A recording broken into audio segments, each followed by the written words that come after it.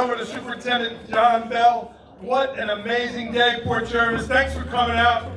We are going to kick off this ceremony, but we can't start without a, can I get a go Port? Go Port! Go Port! Go Port! Two clubs. Superintendent Dr. John Bell to start off our ceremony, everybody.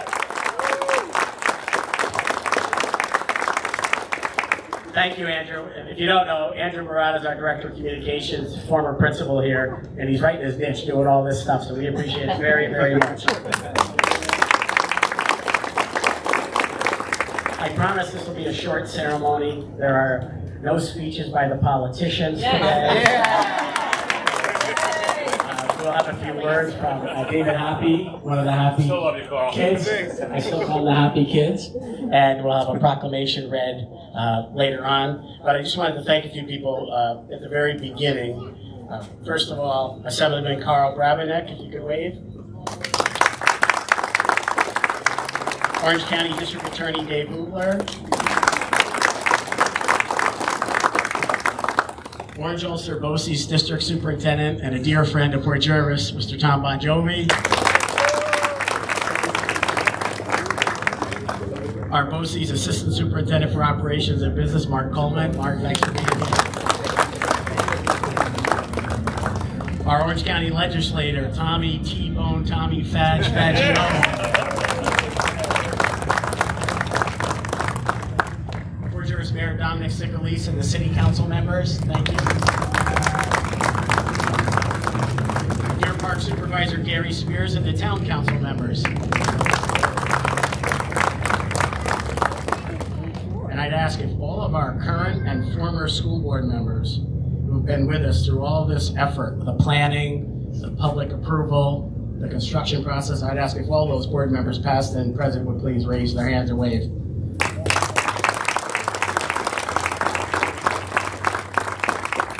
I also want to thank my three assistant superintendents. Basically, I was AWOL for the last 2 weeks. I lived here helping the custodian, so I want to thank my assistants, Tanya Duryea, John Tim, and Natasha Walkowitz. Thank you.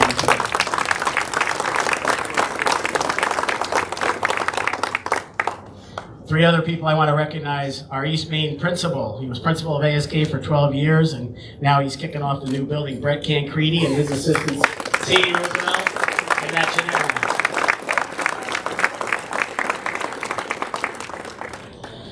From our Buildings and Grounds Department, Don Priest, Justin Bosch, Josh Jennings, the entire department, the amount of work that they put in the last couple weeks, anybody who had the privilege to come in this building, say in the last 2 or 3 weeks, would say, there is no way this thing is opening. There is no way. We had a contractor come in on Monday, and he went home and told his wife, those Port Jervis people, there's no way they're opening this school. He came in yesterday, it was in utter shock.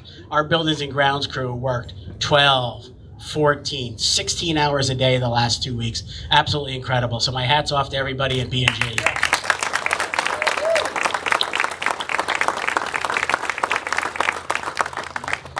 I also want to welcome Steve Spangler and John Fuco, who are from our Savin, which is our construction managers. I saw them back there. Thank you. And there are 2 people who this would not have happened without our general contractor from Unimac, a guy named Lenny Wisniewski, that he said, as soon as the people come, I'm out of here, man. I'm out of here. He worked so hard. He was here at 5 o'clock this morning. And also Charlotte Van Horn and her team from a firm right here on Port Jervis, Tri-State Drywall. They had 16 people here this morning at 6 a.m. sheet rocking, taking stuff out, the porticos on both sides of the building, cleaning everything up. It was just incredible. So to Lenny and Unimac and Charlotte and her gang from Tri-State Drywall, we wouldn't be here without them.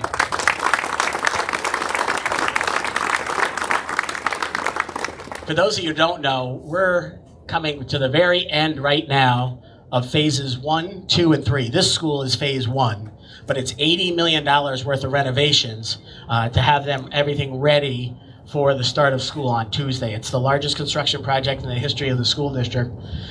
It involves the brand new Chase Field with turf, a new library in the high school, renovations to the auditorium in the high school, 2 new science labs where the old library used to be.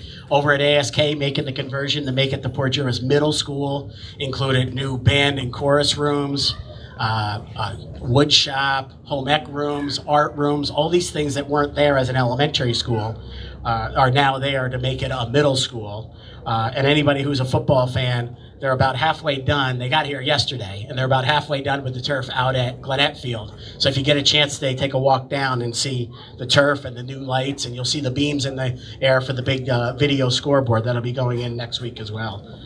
And also all the grass fields at the high school, baseball, softball, soccer fields are all being redone. The tennis courts are all brand new. There's a new outdoor basketball court. It's really an amazing thing. The voters have been so supportive of phases 1, 2, and 3. Phase 4 was also approved by the voters last May, which will be $25 million spent at HBE next year. Roof, electrical upgrades, air conditioning. This building has air conditioning. HBE is next. We'll be going to the voters in May of 2025 with air conditioning and a new roof for the entire high school, middle school campus. So it's something to look forward to. So, all right, raise your hand if you attended this school when it was a high school. Anybody? High school? Hey, all right.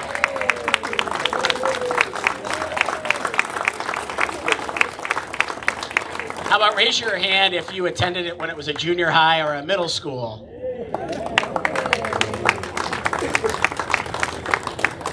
Raise your hand if you've ever worked in this building at any time. All right. Construction started on this school in 1922. It was finished in September of 1924 for the kids. So here we are exactly 100 years, almost to the day, to have this recreated as an elementary school here in the city limits. We're so excited about that. For those of you who don't know, this was a high school from 1924 until 1961. 1961 was the last class to graduate from this building. Starting with the class of 62, they graduated from the new high school, which is the one we know as the current high school. Since 1961 until 2022, it was a junior high and then eventually evolved into the title of a middle school. Let me warn you before we go in, the school is not 100% done. So take that in mind, okay? You're going to see dust. You're going to see windows that need to be cleaned. You're going to see stuff like that. But our staff is here today. They're going to be here again tomorrow. They're going to be here on Labor Day.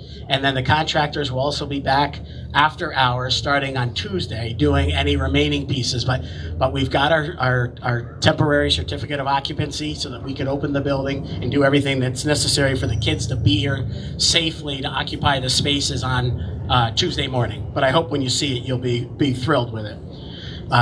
One of our teachers, Jack Higgins, his mom and his grandmother were on that flight that they call the Miracle on the Hudson that landed in the Hudson River. And we called getting this project ready for today the Miracle on the Never Sink. Because it really wasn't a miracle. There is a plaque that is not here yet, so my apologies to all the board members and former board members. Everybody who was involved, all the way back to the election or the successful vote in 2020, will be on a large bronze plaque that will be in the hallway. But we ordered it 4 months ago, and it's still not here. But this is what it will look like, so I'll show the board members later if they'd like to see their name, because they're on the board. At this time, I would like to turn it over to Mayor Sicalese. He has a special announcement.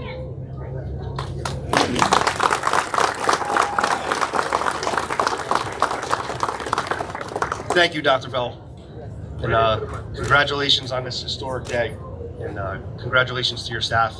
Principal Hoppy not only served the Port Jervis School District with integrity and compassion, he also served on the City Council with that same distinction. Principal Hoppy faithfully served the City of Port Jervis, sitting on the City Council for 2 terms, as well as decades on our Recreation Commission. Today, as we celebrate the life of Mr. Hoppy, it is my honor to declare today, August 31st, as Tom Hoppy Day in the City of Port Jervis.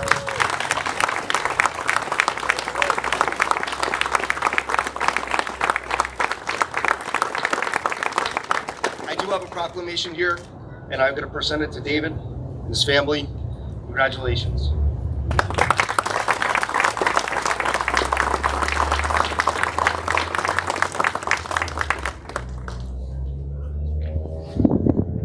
also have a proclamation from Senator Skoufis, who couldn't be here today. It's right here. And at this time, I want to introduce Assemblyman Carl Brabenec from Deer Park.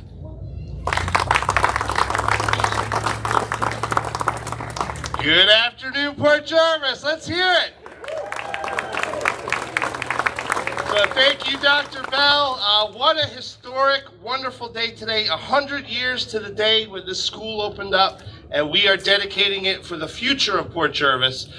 Congratulations to all the residents, to the administration, to the students, the teachers, the faculty that are going to be in here. They're going to absolutely love it. And I got to say, you know, this is part of the future. It's part of the renaissance of the city of Port Jervis, the rebirth. You're seeing it every single day. It is a wonderful thing. This is going to be a great, great school. Congratulations to the Hoppy family. I also have a citation from the New York State Assembly to hang on the walls here. And remember the historic moment that we all had today. So again, thank you very much for being here. And again, it's an honor to be here as well. Thank you.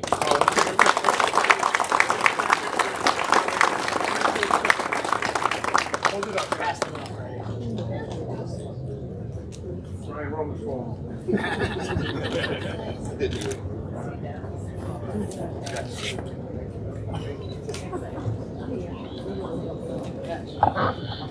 So this building is being dedicated to Mr. Tom Hoppy, who was the middle school principal from 1964 until 1989. Imagine how much the world changed in those 25 years. When I did the math, it's during 6 presidential administrations from Lyndon Johnson all the way to George Bush Sr. It's just incredible that there was one guy who, when you think Port Jervis Middle School, he's the name that pops up instantly. Nobody does. Nobody but him. Many of you remember Mr. Hoppy and his wife Carol, who taught math in the high school for many years. They have 4 children, all who flew in for this occasion. And I'm going to ask them to come up as I call them. David is from the class of 1982. Trish is from the class of 84. Easy now, 84, easy. Beth is from the class of 87. And Mike is from the class of 1990.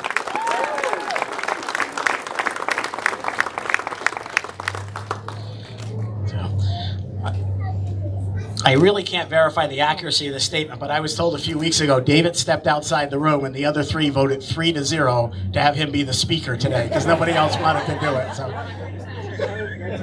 So without further ado, I'm going to turn it over to David Hoppy to say a few words.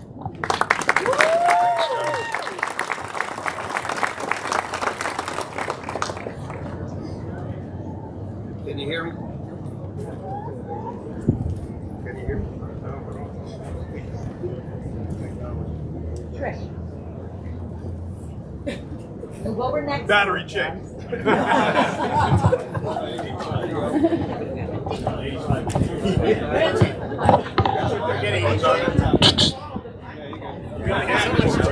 Okay. Good afternoon, everybody. It's an honor to be here.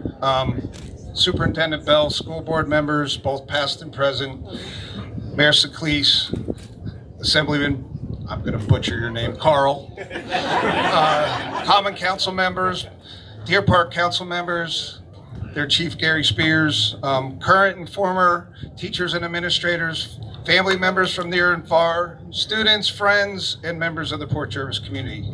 I'm David Hoppy, the eldest child of Tom and Carol Hoppy. And first, I want to thank you for the opportunity to speak today on behalf of our family. We had the opportunity to tell Dad a few months back on a family Zoom call, and he was truly humbled that this school was going to be dedicated to him. He really wanted to be here. But as you all know, he left us about a month ago. As I tried to gather my thoughts over the past few weeks, I really struggled with what to say. I did not want to speak on his behalf. I wanted Dad to be here, to thank the community he loved, impart some words of wisdom, and tell a few of those famous stories. The calls, texts, and notes that we have received over the past month have been amazing and really have helped us in this time of grief. I've grieved a lot of different ways, But today I feel a little bit different pressure because I buried my dad this afternoon, and now we're here to celebrate. But I know he wouldn't want to focus on that, and neither would my mother. But I miss him, and I wish he was here. I want to watch him work this proverbial room like only he could, right? He knew everyone, always shared a joke or had a story to tell. He never met a person that wasn't a friend. But while we miss him, Dad lived a full and great life. We all have many cherished memories and lessons we learned from him that we can hold on to. And I'm going to try to highlight a few of those for a couple of minutes. First, as Johnny said, this school is a very special place for him. He graduated in the 40s, came back in the early 60s, met my mother here. We all walked these halls, and he served faithfully for almost 30 years in this school. Second, I want to just think about his legacy. And I'm overwhelmed and amazed at all that he had done and been part of in this community, most of it without fanfare. As I pondered what to say, a quote from Nelson Mandela came to my mind, and that, in my opinion, sums up my dad's leadership. And it says, "What counts in life is not the mere fact that we have lived. It is what difference we have made to the lives of others that will determine the significance of the life we lead." He lived by this mantra, and we are here today to honor him for a job well done. Dad was an admired leader. He was an inspiration to those who knew him. He touched many people's lives. My father went out of the way to make you feel good and make you smile. He never sought the spotlight. He often led by example, and he believed that actions speak louder than words. He laughed with his friends, and he cried with his friends, and he was always there for them. He didn't have to tell me how to help others. He showed me plainly with his actions. And I had the privilege also of watching him interact with his faculty and staff. Dinner conversations at our house were amazing, interesting. Mom as a teacher, him as an administrator, not always agreeing on things. But what I learned and what it meant to be, what we learned and what it meant to be was to be part of a community, to be loyal, to trust. He taught me that there is more to life than what you do. His job as a principal was a vehicle into other people's lives. And when I think of the lives he has touched throughout his work here at the middle school and in the Port Jervis community, it's just unbelievable.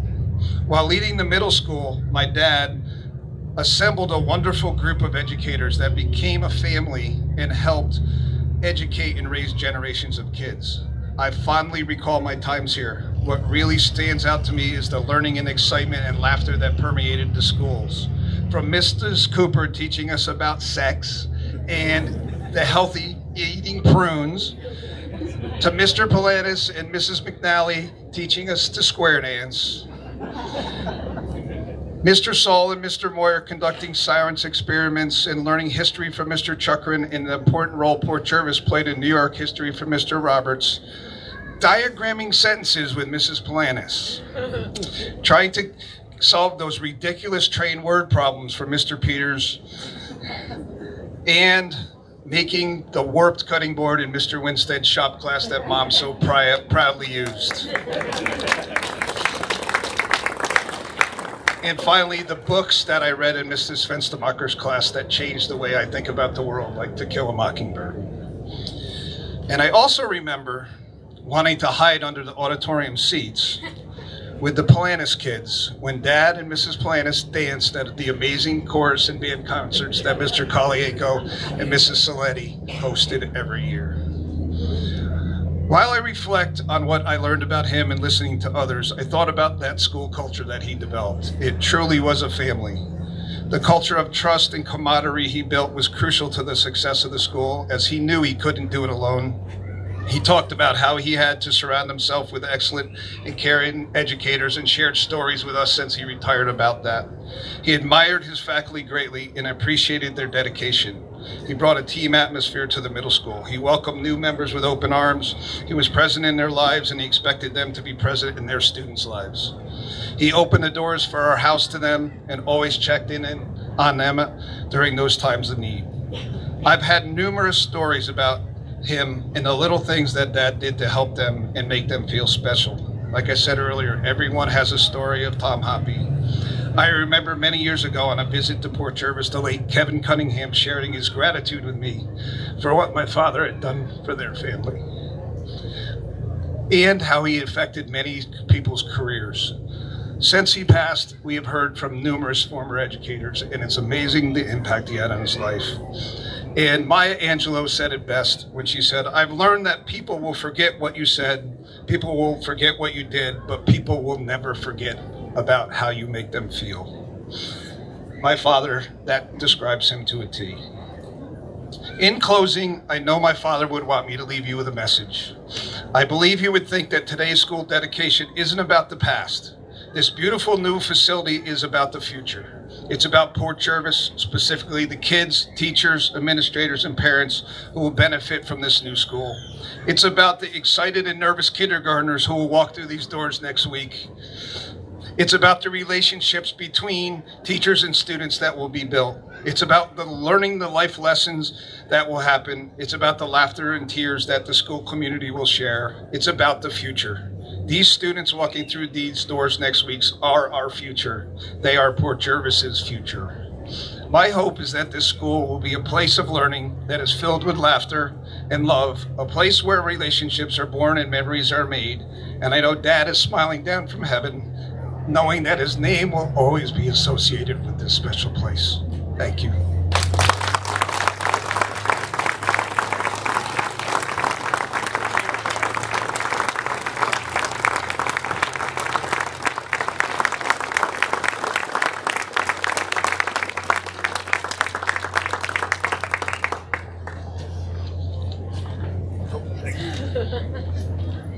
We have gifts for the four of you.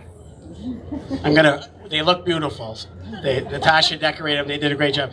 I know Mike doesn't care, so I'm gonna mess Mike's up because he's the one that we care the least, right? So, in these bags there are Port Jervis buttons, stickers, magnets, all kinds of stuff like that. There's also a shirt for everybody.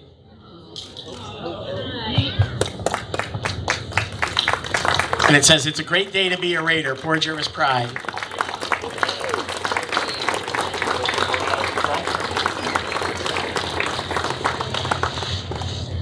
And each one will get a brick from this school. And it says East Main Elementary School, dedicated to Thomas D. Hoppy, August 31st, 2024.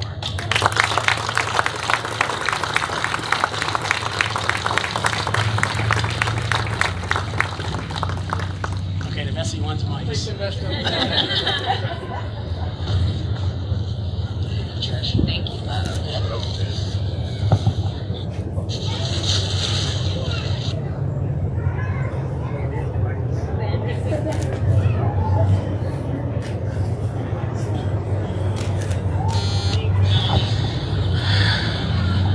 I think about Mr. Hoppy, I think about the dances, and when we go in, you're going to see a slideshow of pictures, of old pictures of the school and pictures of him. There's a picture of him that David Ferris, who's from the class of 77, posted a picture of him in a toga at a middle school dance around 1972. So you'll see that in the slideshow. It's great. He had just a little gray on the sides, all black hair on top. It was just great. So you'll see the slideshow. Also in the cafeteria, there are refreshments. I just want to tell you a little bit about the building before we cut the ribbon and let you loose to go in on a self-guided tour. This new addition behind me is the main office, the cafeteria, and the gym. So you'll be able to see those here. As you go down the first floor of the old part of the school, that's kindergarten and first grade. There are 6 sections of every grade level. So K and 1 are on this first floor. The second floor is grades 2 and 3. And then the top floor is grades 4 and 5, the art room, the STEM lab, and the library. The library is all the way up where the cafeteria used to be. And what's really interesting, right here where the gym used to be, we put a second floor in across the middle of the gym. If you remember where the girls' locker room was upstairs, we ran steel beams all the way across, and there are now 4 kindergartens down where the boys' locker room and the gym was. And now there's a new second floor that goes all the way across. Some of you might even remember there was a balcony in the front back in the old days when it was high school. So we went from the girls' locker room all the way across to the old balcony and created a second floor. So there's 4 classes on the first floor and 4 above it on the second. We did the same thing in the old auditorium. There's 8 classrooms there, 4 downstairs, and we went from the balcony and went all the way across and created a second floor. So those of you who know the building, every once in a while you're going to say, where am I? And you're going to have to like get your sense of where everything is. So what we're going to do at this time, we're going to cut the ribbon. So I'm going to have the 4 Hoppy kids come on up. Mayor Sicalis is Supervisor Spears here. Is Gary here? I'm not sure if he is. And then we can have Legislator Fagione and Carl Brabenik. And we're going to have our current school board members, the 8 of them from the current board, as well as Brett and Bill Onifrey. If you guys would all kindly come up here and you'll stand right behind this. Also, any kid that's going to go to East Main Street on Tuesday morning, you're invited to come sit right here in front of this ribbon so you can be part of the picture. So anybody going to East Main on Tuesday, come on up.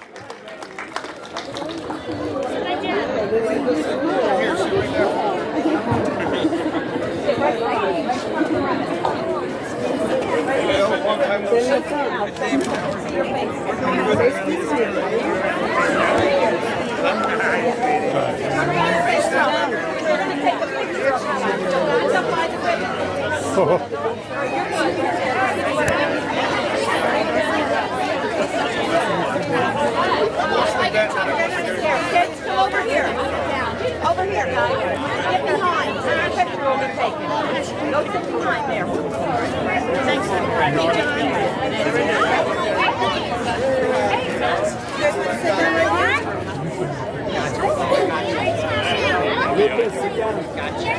Hey guys, come here.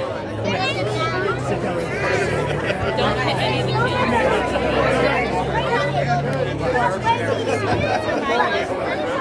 It's okay. It's a nice trip. All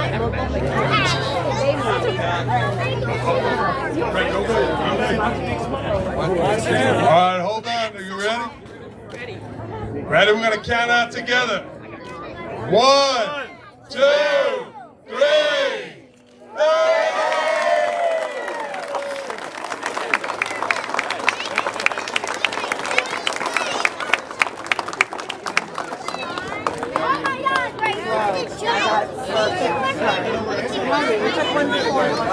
Thank